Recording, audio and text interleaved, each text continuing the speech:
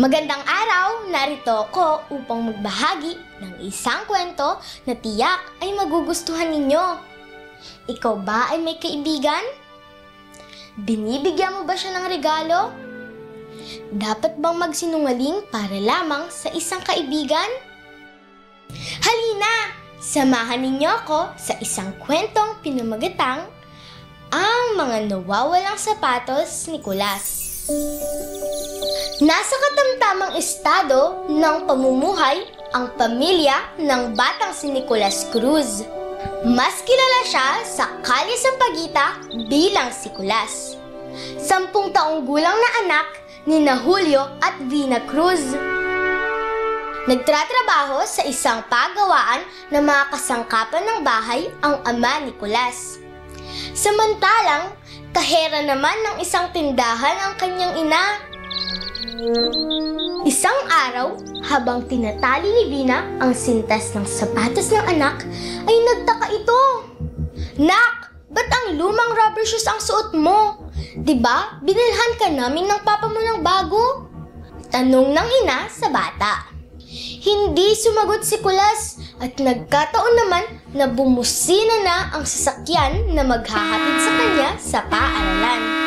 Humalik ito sa mama niya at dali-daling tumakbo palabas ng bahay. "Leon, bilisan mo! Nariyan na ang iyong school bus!" sabi ni Kulas sa nakababatang kapatid habang tumatakbo siya palabas. Natapos ang kalahating araw ng klase, hinatid na pauwi sa kanilang bahay sina Kulas at Leon. Nagulat ang panganay na may karton na naglalaman ng bagong sapatos. "Ma, kanino po tong bagong rubber shoes?" tanong ni Kulas sa ina niya. Ngumiti ang ina at sinabihan siyang sa kanya iyon. Bagong rubber shoes at mukhang mamahalin yung binili ng mama niya para sa kanya. Kinabukasan, sinuot niya ito papuntang paaralan dahil sakto naman na PE nila.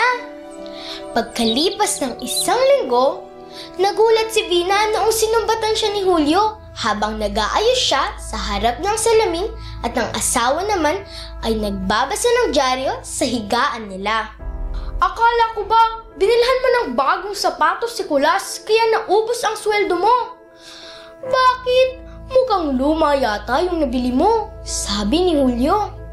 Nagulat si Vina sa sinabi ng asawa.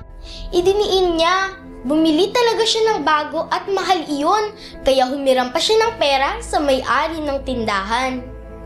Pagdating ng tanghalian, nakarating na ang mga bata. Tama si Julio at luma na ang sapatos na suot ni Kulas. Nagulat ang ina at tinanong ang anak. "Nak, binilhan kita ng bagong sapatos. Bakit luma pa rin yung suot mo?" tanong ni Vina sa anak. Nagdahilan si Kulas na nakalimutan niya raw na may bago pala siyang sapatos. Inutusan siya ng ina niya na kunin iyon at dalhin ito sa kanya. Ilang minuto na naghintay si Vina, pero hindi bumalik si Kulas. Pinuntahan niya ito sa kwarto at nadatnan niya. Palakad-lakad si Kulas at balisa. Tinanong ulit ni Vina ang anak tungkol sa sapatos niya. Pang-apat na pares ng sapatos na iyon na binili para sa kanya ngayong taon. "Mama, patawad po. Binigay ko sa kaibigan ko sa labas ng paaralan ng bagong sapatos na bilhin niyo para sa akin," pagtapat ng bata. "Ano? Binilhan ka ng bago tapos ipamimigay mo lang pala?"